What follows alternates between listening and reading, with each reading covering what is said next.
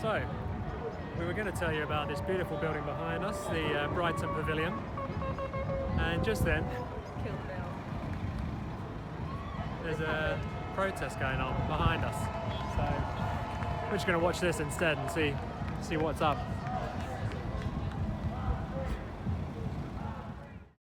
Hi, I'm Lauren and this is Chris and this is Sailing Indiana. We're two pretty average people. We have pretty average jobs, have to pay bills like everybody else. We have bought a sailing boat and this is our story. She is a 1989 Gypsy 372. She's 11.5 meters and she's French. So if you want to come on this journey with us, keep watching as we swap a life in the city for a life at sea. Welcome to another episode of Sailing Indiana's Boat Life Things. We have finally launched and we are in Indiana's new home berth. Sorry that we couldn't show you the actual launch because of COVID restrictions and not being able to be on the boat while it's on the hard. We weren't there when the big launch happened. We're told that it was non-eventful and luckily actually the Marina staff bring the boats back to the berths for you, which is a really great service that the Marina here are doing, so thanks to them for getting Indiana to the home berth. So first time we came down we saw her sitting pretty in the berth. So we hope to show you around Brighton Marina in this episode so you can see a little bit more about where we are. We'll also be talking to you about why we chose Brighton in the first place.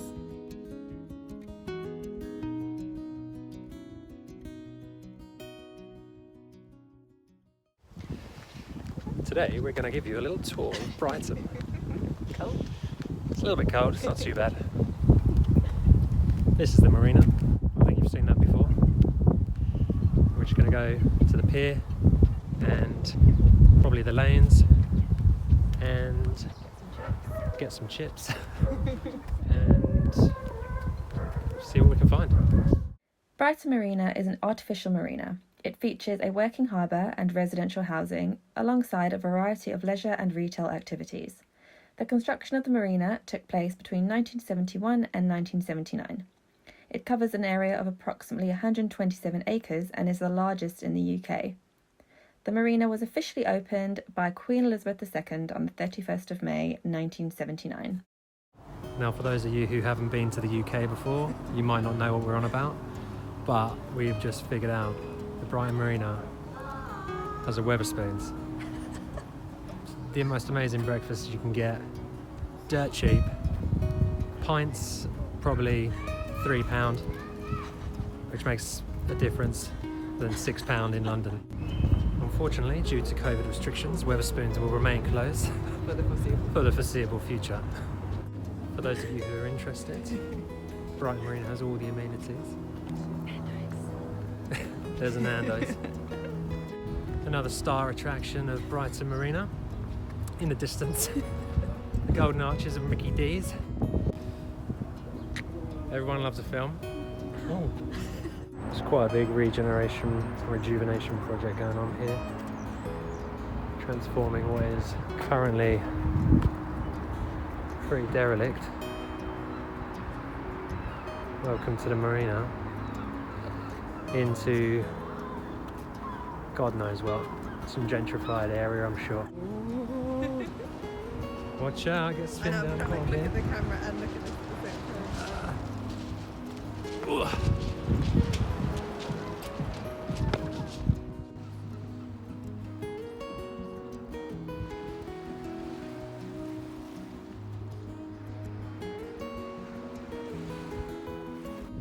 This is Volks Railway.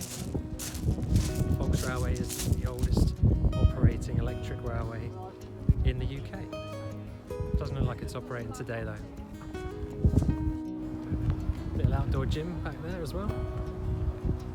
Not that I'll be using that, but it's good fun. This is the infamous Concorde 2, which is a venue that bands play at. Once upon a time, I used to play in a band and played here. You were cool and hip. Once upon a time, I used to be cool and hip. Now I'm just old. and hip. So, behind us is pretty cool like outside bar with some food, and kind of looks like good vibes, or will be good vibes once we're allowed out of restrictions. So Literally so small. people might get a bit of perspective now. But look at how short I am and how tall you are. Yeah. Run.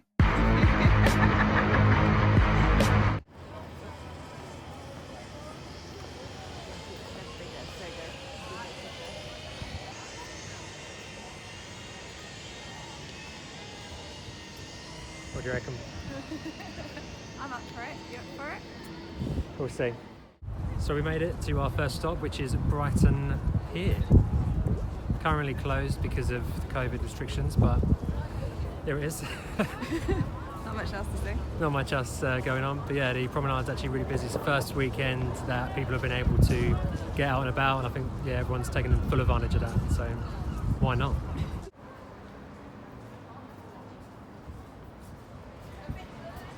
This is us at the pier. Nowhere else to be. Usually you wouldn't be able to walk through this little square bit because It's full of people. it is heaving. Chock-a-block. Chock-a-block, but It's quite nice at the moment. it's quite nice. No people. The old seagull. Still seagulls. Yeah, you don't want to be on the pier with chips in the summer with loads of seagulls. You'll lose them very quickly. Your chips will be gone. Anyone eating chips is going to be having a bad day within 2 minutes. Just then, the sun came out. We could hear music coming from the seafront, so went down to investigate. We found loads of musicians, artists, performers, and even an upside-down house.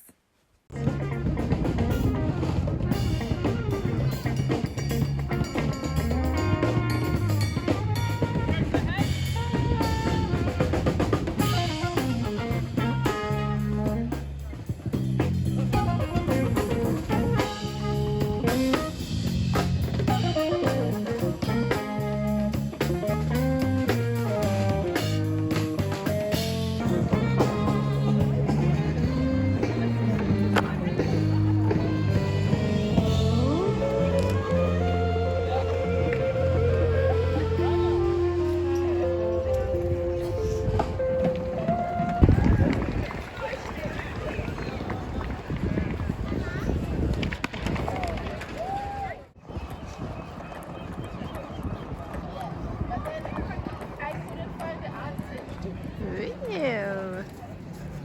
Oh, I need to be with a woman just like you. Oh, not that I'm the only man, yes, the washing machine, the blank of a calico. Oh, just let me be with a woman with a wobbly face.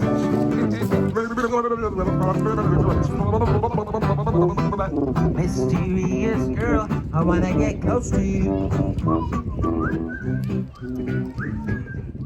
So, we were going to tell you about this beautiful building behind us, the Brighton Pavilion. And just then, Kill Bill. there's a protest going on behind us. So, we're just going to watch this instead and see what's up.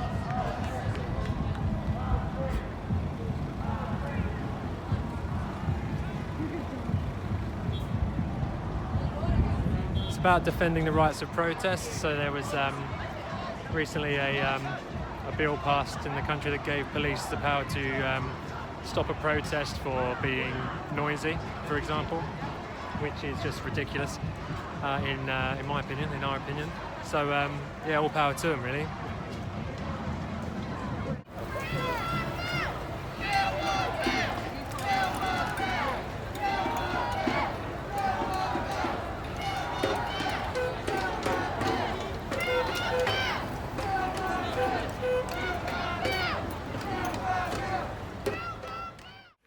The Royal Pavilion, also known as the Brighton Pavilion, is a Grade 1 listed former royal residence located in Brighton, England. Beginning in 1787, it was built in 3 stages as a seaside retreat for King George IV. It is built in the Indo-Saracenic style prevalent in India for most of the 19th century. The current appearance of the pavilion, with its domes and minarets, is the work of architect John Nash, who extended the building starting in 1815. Today, it can be enjoyed as a tourist attraction.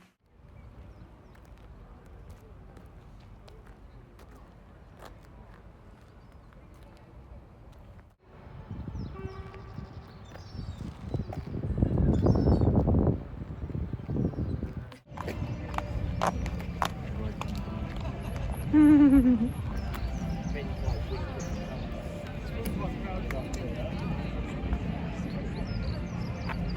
this is the park. What have you found? These are good. These are good. Beautiful. And these are vegan carrot cake. Vegan carrot cake.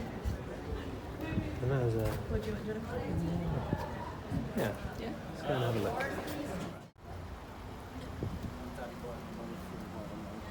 So we decided to get ourselves a couple of little coffees. And now we're walking down the North Lanes in Brighton, which is usually really busy. And if you look now, it's dead, obviously. But it's still got a few little shops open here and there. We've got a strike. Is it open? I don't think so. No. Just try not to get distracted by all of the good foods and things.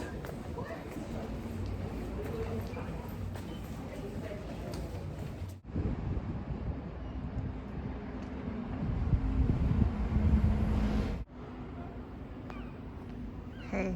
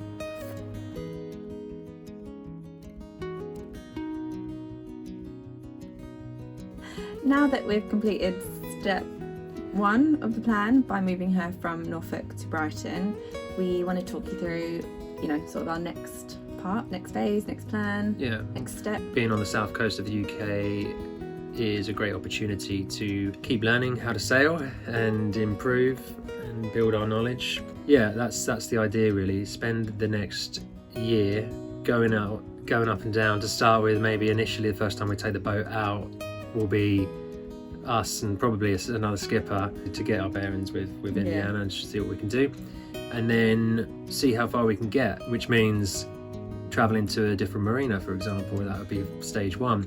Can we go in? What are the entry procedures? Yeah, and then okay, well that was that.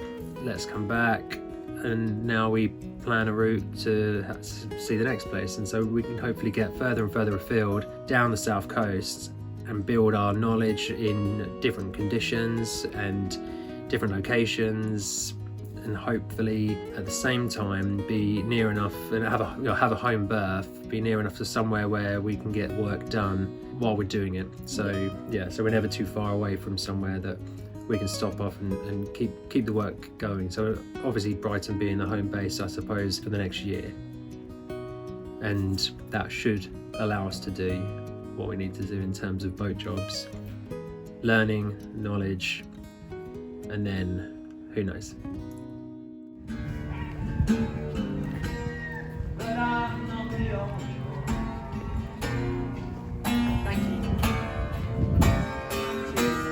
I hope someday you will join us,